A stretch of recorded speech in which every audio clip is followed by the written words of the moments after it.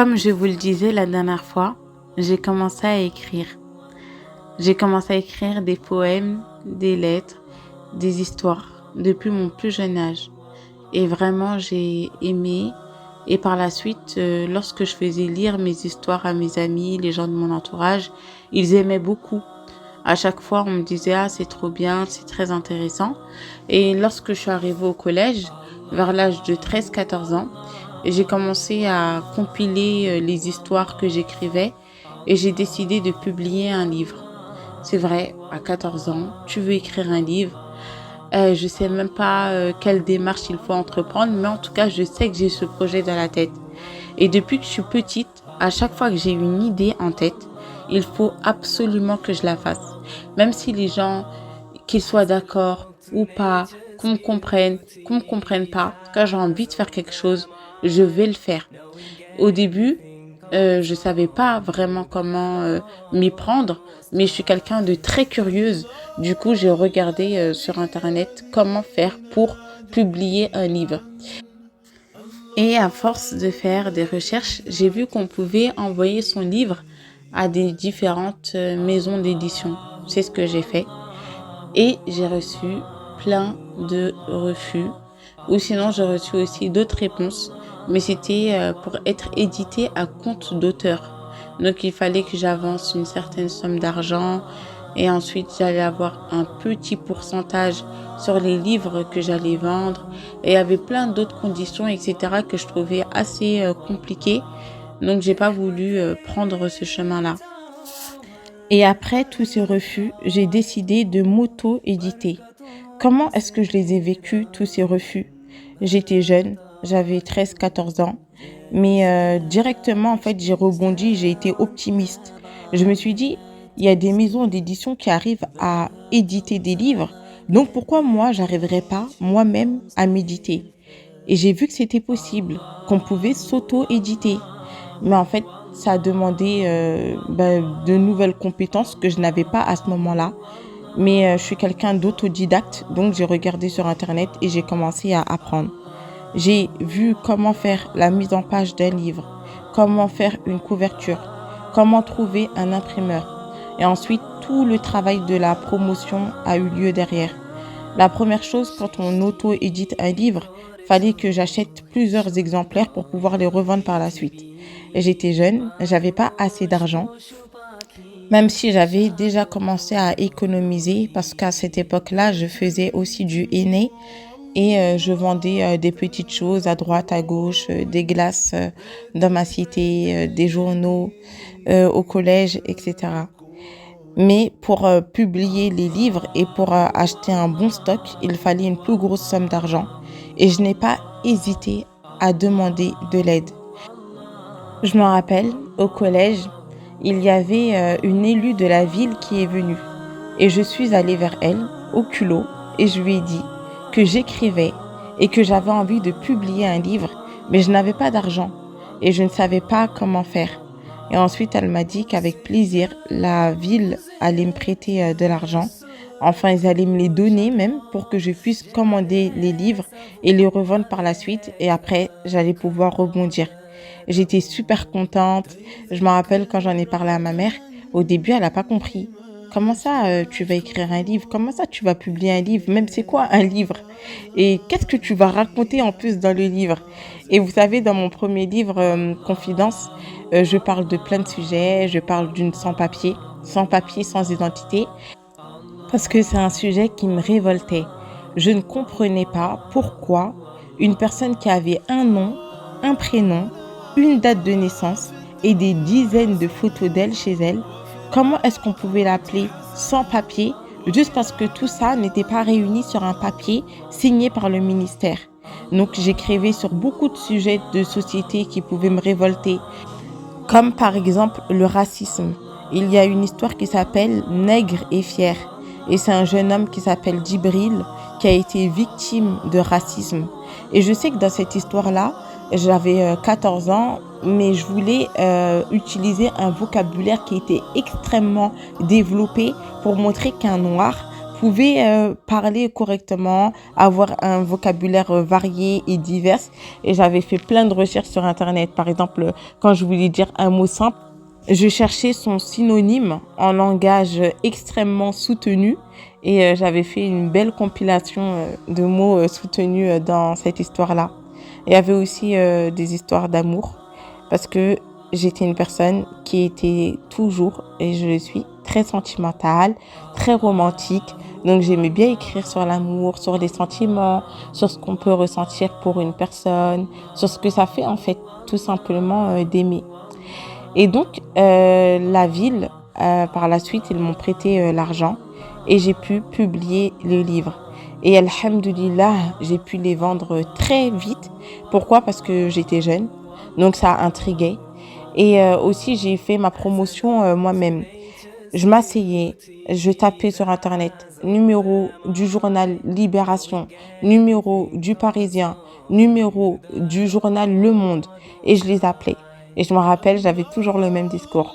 Bonjour, je m'appelle Dali, j'ai 14 ans, j'ai publié un livre qui s'appelle Confidence et je voudrais savoir, est-ce que ça vous intéresserait de faire un article sur moi dans votre journal? Et des fois, on me disait, non, désolé, on n'est pas intéressé et c'est pas grave. J'appelais encore un autre journal. Est-ce que c'est possible d'avoir un article dans votre journal? Et ensuite, il y en a plein qui ont accepté. Je me rappelle Le Parisien. Ils étaient intrigués par mon jeune âge et par la démarche que j'avais entreprise. Donc, ils m'ont fait un article dans le journal. J'ai été par la suite invitée dans d'autres centres de jeunesse aussi parce que j'appelais les centres de jeunesse pour demander est-ce que je pouvais venir lire les histoires euh, aux jeunes ou sinon aussi dans les maisons de retraite. Et dans les librairies aussi, j'ai appelé des librairies pour savoir est-ce que c'était possible de déposer mes livres. J'ai aussi appelé des bibliothèques pour savoir est-ce que je pouvais organiser des cafés littéraires. Bref, j'étais occupée les week-ends après l'école à passer mes petits coups de fil à droite, à gauche et à essayer de me faire de la visibilité. Et ça a bien pris, ça a encouragé aussi beaucoup de jeunes dans l'écriture parce que quand j'allais dans les centres de jeunesse et que je parlais de ce que l'écriture me procurait, on faisait aussi des ateliers, etc. C'était super intéressant. Et il y a une fois qui m'a marqué aussi, je me rappelle, j'étais allée dans une maison de retraite. Et donc, je suis allée pour lire des extraits de mon livre. Et en fait, les personnes âgées, elles étaient aigries. Elles me disaient non, on n'a pas envie d'écouter ces histoires. Mais qu'est-ce qu'elle raconte? En plus, elle est noire. Ils étaient un peu racistes. En plus, elle est noire, on n'a pas envie d'écouter, etc. Et j'avoue, au début, j'étais un petit peu déstabilisée. J'avais honte et tout. Je me suis dit, oh là là, regarde, j'arrive dans un endroit, les gens, ils sont là, ils veulent pas écouter mes histoires, ils veulent pas m'accueillir correctement et tout. Et en plus, j'étais vraiment jeune, donc j'avais un peu cette gêne. Et finalement, je me suis assise. Je les ai tous regardés dans les yeux. J'ai pris mon livre et j'ai commencé à lire malgré les critiques que j'entendais. Et ensuite, à la fin, ils sont tous venus me voir. Bravo, c'était magnifique. Vous saviez, moi, j'étais institutrice à l'époque, etc. Et on a sympathisé, on a parlé. Ils m'ont même fait des câlins, des bisous. Et c'était trop bien. Et en fait, là, ce que je tire de cette histoire, c'est que peu importe les critiques, et ça me fait penser, il y a même pas longtemps, aussi sur Instagram, il y a une sœur qui m'a envoyé un message pour s'excuser, qui m'a dit qu'elle m'a beaucoup critiqué à l'époque et qu'aujourd'hui, en fait, elle s'est rendue compte que j'étais une bonne personne et elle me demandait pardon. Et je lui dis non, il n'y a aucun problème. Mais vous voyez, il faut pas se laisser déstabiliser. Des fois, il y en a qui critiquent, c'est juste parce qu'ils ont peur ou je sais pas, parce qu'ils connaissent pas ou je ne sais pour quelle raison. Mais il faut pas se laisser déstabiliser ou se renfermer ou se dire ah ben comme on me critique, et ben c'est fini, je fais plus rien. Ben, les personnes âgées, elles m'ont critiqué, elles étaient pas contentes, elles étaient en train de crier, on veut pas qu'elles lisent ces histoires. Et au final, je les ai pas écoutées du tout. Et on a fini comme des amis. Et ça me fait penser au verset dans la sourate Fussilat, lorsqu'Allah il nous dit la bonne action et la mauvaise action ne sont pas pareilles. Repousse le mal par ce qu'il y a de meilleur. Voilà que celui avec qui tu avais une animosité devient tel un ami chaleureux. ce privilège n'est donné qu'à ceux qui endurent et il n'est donné qu'à ceux qui sont dotés d'une grâce infinie. Et je me dis au final, c'est vrai que dans toutes les situations, souvent, quand on va répondre au mal par le bien, et ben des fois avec ces personnes-là, elles deviennent comme des amis chaleureux. Alhamdulillah, c'était une très belle expérience. J'ai rêvé de publier mes livres, j'ai rêvé de cette couverture, j'ai rêvé de cette promotion, cette diffusion. Alhamdulillah. وقيل لي حققي أحلامك وهذا ما فعلت حققت أحلامي وهذا ما أحببت. Et on m'a dit réalise tes rêves et c'est ce que j'ai fait. J'ai réalisé mes rêves et j'ai bien aimé. Ensuite, par la suite, j'ai continué dans l'auto-édition. J'ai publié mon deuxième livre, Cicatrices, où je raconte l'histoire d'une jeune fille de banlieue qui a grandi dans une famille africaine. Son père est polygame et ça se passe très mal chez eux.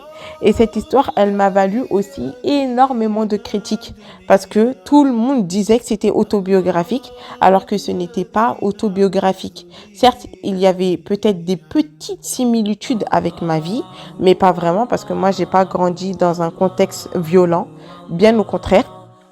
Et en fait, ça veut dire qu'il y a eu beaucoup de critiques et aussi beaucoup de remarques, même vis-à-vis de ma famille. Et ma mère, comme elle comprenait pas ce que j'écrivais, les gens ils venaient la voir. Dali, elle a écrit une histoire sur votre famille. Elle a dit que les belles-mères elles se battent à la maison, etc. Donc je me rappelle que je me suis bien fait gronder. J'ai dû expliquer, j'ai dû me justifier.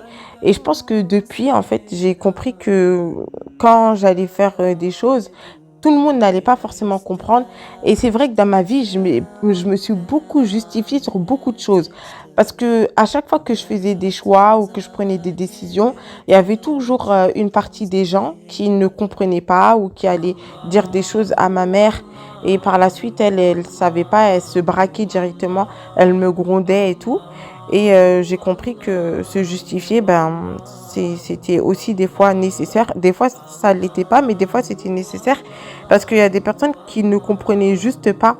Et quand je justifiais, ils comprenaient mieux, plutôt que de rester dans le silence. Et voilà, en tout cas, concernant les projets, j'ai commencé depuis très jeune à être entrepreneuse et à essayer de développer cette activité-là concernant l'écriture et d'autres choses aussi sur le côté.